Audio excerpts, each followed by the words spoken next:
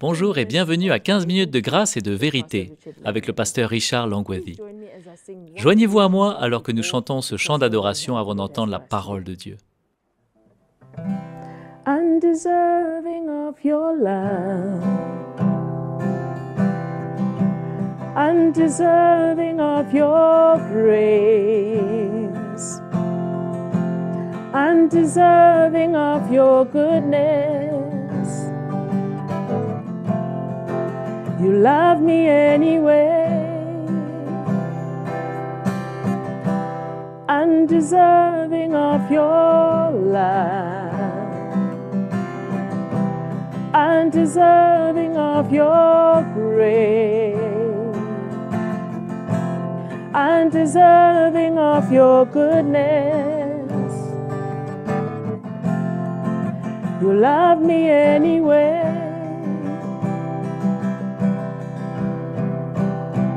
Amazing grace, how sweet the sound that saved a wretch like me. I once was lost, but now I'm found. Was blind, but now I see. Your grace overtakes me. Your face shines upon me. Your grace overtakes me. Your face shines upon me. Undeserving of your love, undeserving of your grace, undeserving of your goodness. You love me anyway, undeserving of your love, undeserving of your grace, undeserving of your goodness. You love me anyway.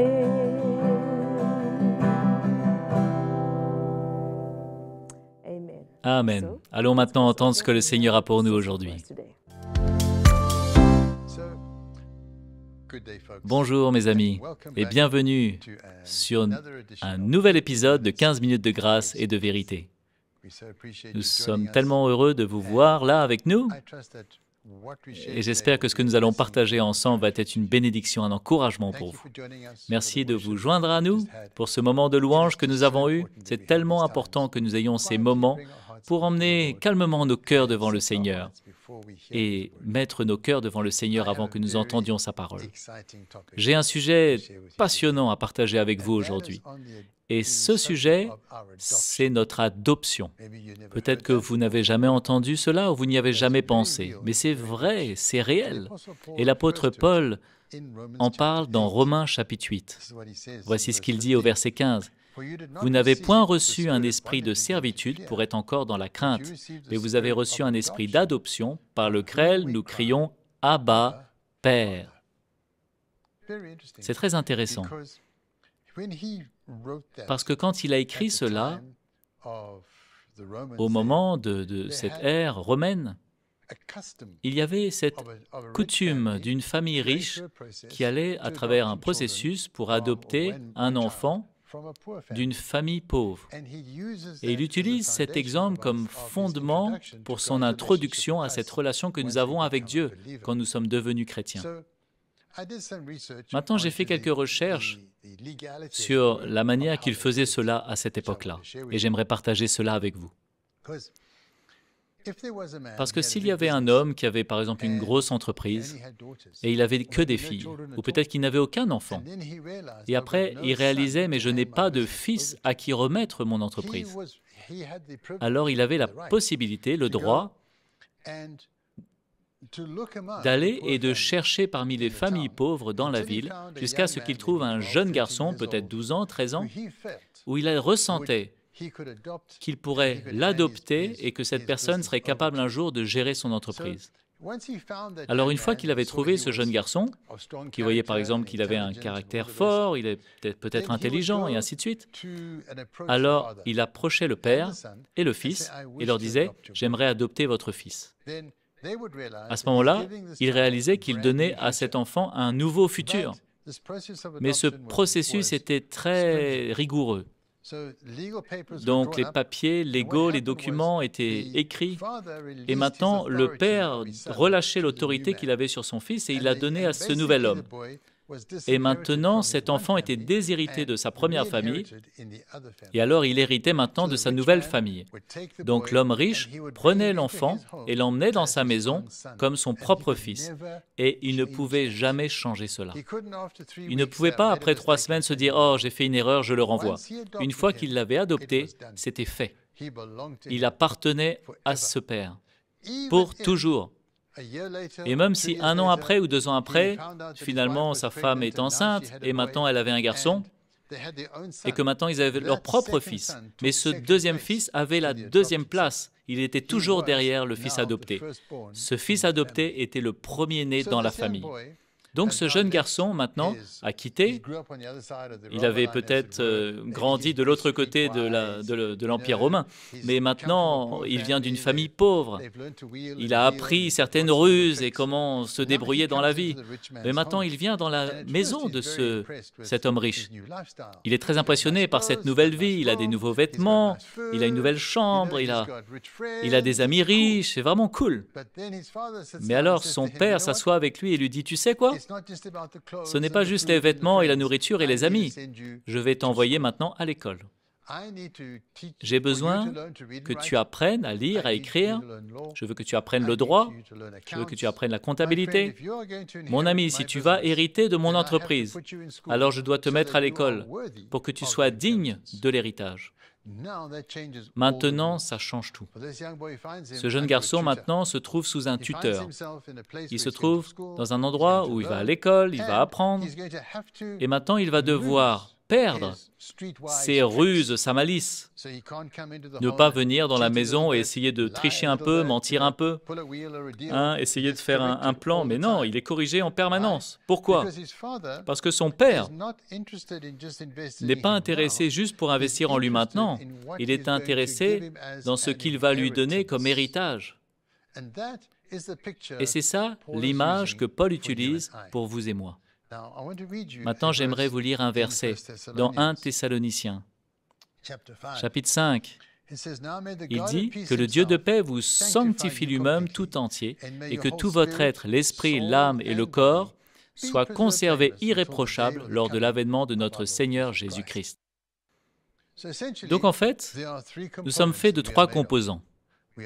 Nous sommes des êtres spirituels, nous avons une âme et nous vivons dans un corps. L'esprit, c'est la conscience divine qui est en nous. C'est ça qui a été sauvé. Et nous devenons un avec le Seigneur à nouveau. Donc si quelqu'un est en Christ, il est une nouvelle création. Ça fait référence à cela. Dieu prend ses lois et il dit maintenant qu'il les écrit sur notre cœur. Donc on n'essaie pas maintenant d'apprendre des valeurs morales de l'extérieur, mais les valeurs morales de Dieu maintenant sont écrites sur l'intérieur de notre cœur. Et ça, c'est un symbole de la nouvelle naissance. Mais maintenant, il y a notre âme, et notre âme est faite des pensées, des émotions et de la volonté. Et ça, c'est la partie que Dieu ne touche pas. Il veut que nous soyons prêts à soumettre nos cœurs à sa nouvelle autorité. Maintenant, il nous a pris. Nous étions des enfants des rues, sous la main du diable. Nous étions dans le royaume de ce monde. Nous étions comme les enfants de la désobéissance. Et quand il nous a adoptés, il nous a regardés et il nous a choisis pour un héritage qu'il a réservé pour nous. C'est quelque chose d'incroyable que le Seigneur a fait, parce qu'il nous a sélectionnés, il nous a mis à part, et il nous a rachetés avec son propre sang. Et maintenant, Il dit dans Colossiens, il nous a transférés du royaume des ténèbres au royaume de Dieu. Maintenant, ce qui n'a pas changé, c'est mes ruses de la rue, c'est ma manière de faire, c'est mon âme, mes émotions, mon orgueil. Je viens maintenant dans son royaume et je regarde autour de moi et je profite de tous les bénéfices de mon Père. Je suis tellement conscient de sa grâce, de son pardon. Je suis tellement heureux d'avoir un Père qui m'aime et je vois qu'il a une vision pour ma vie. C'est extraordinaire. Mais je ne suis pas prêt pour mon héritage, car je suis encore plein d'absurdités. Maintenant, mon Père a besoin de commencer à m'enseigner ses voies.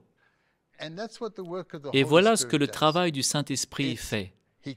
Il vient auprès de nous et il commence à nous confronter jour après jour sur les petites choses dans nos vies que nous avons apprises dans notre vie précédente, si je peux dire. Nous les avons apprises quand nous étions pécheurs. C'est notre nature charnelle et nous l'avons emmenée dans le royaume de Dieu. La Bible parle de cela comme étant le travail, l'œuvre de la croix. Jésus dit, si tu veux être mon disciple, quelque chose doit se passer. Tu dois être prêt à te renier toi-même. Tu dois être prêt à prendre cette croix et me suivre. Il y a quelque chose qui doit se passer dans le cœur de cet enfant adopté, où il dit, je suis prêt à mettre de côté ma vie charnelle, ma manière des rues, et je dois être prêt maintenant à prendre ce que mon nouveau Père m'enseigne. Je veux vous montrer un verset dans Éphésiens chapitre 4.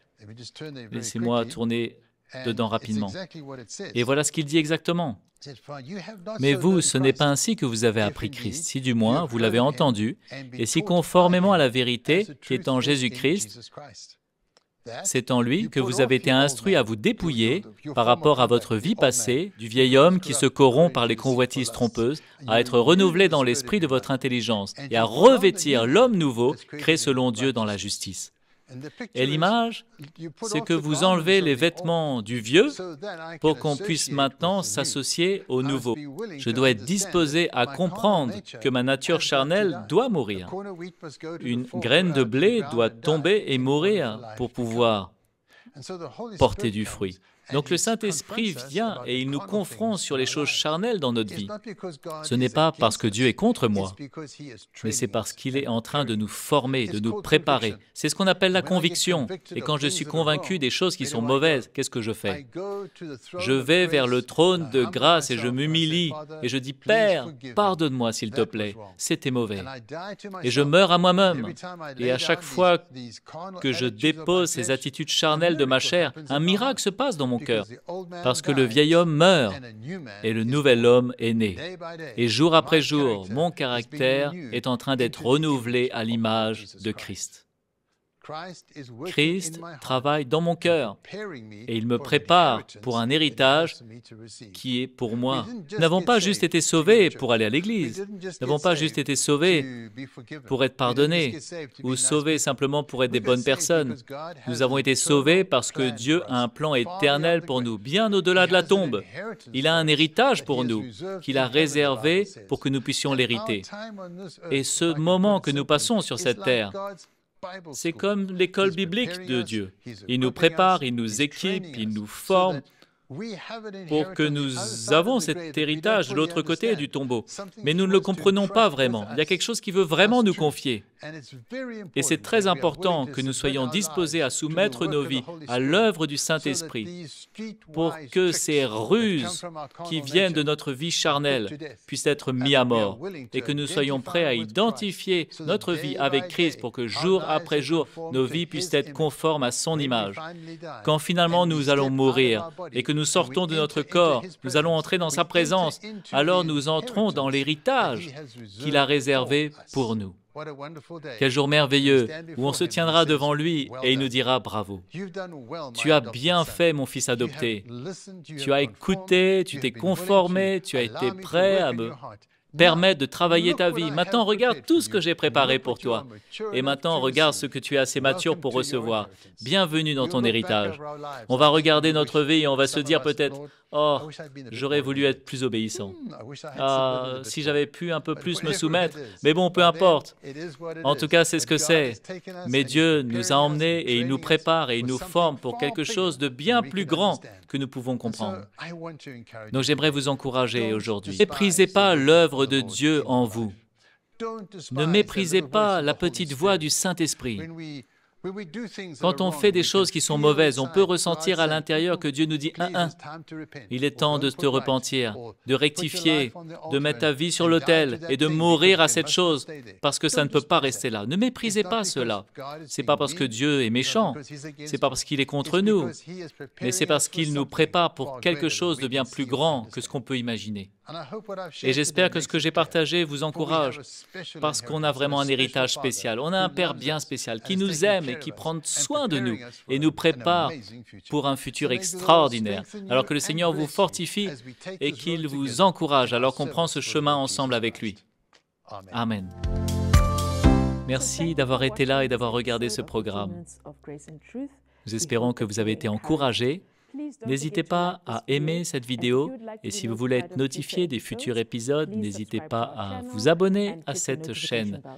Si vous voulez nous contacter, n'hésitez pas. Voici le mail qui apparaît maintenant à l'écran sur lequel vous pouvez nous écrire.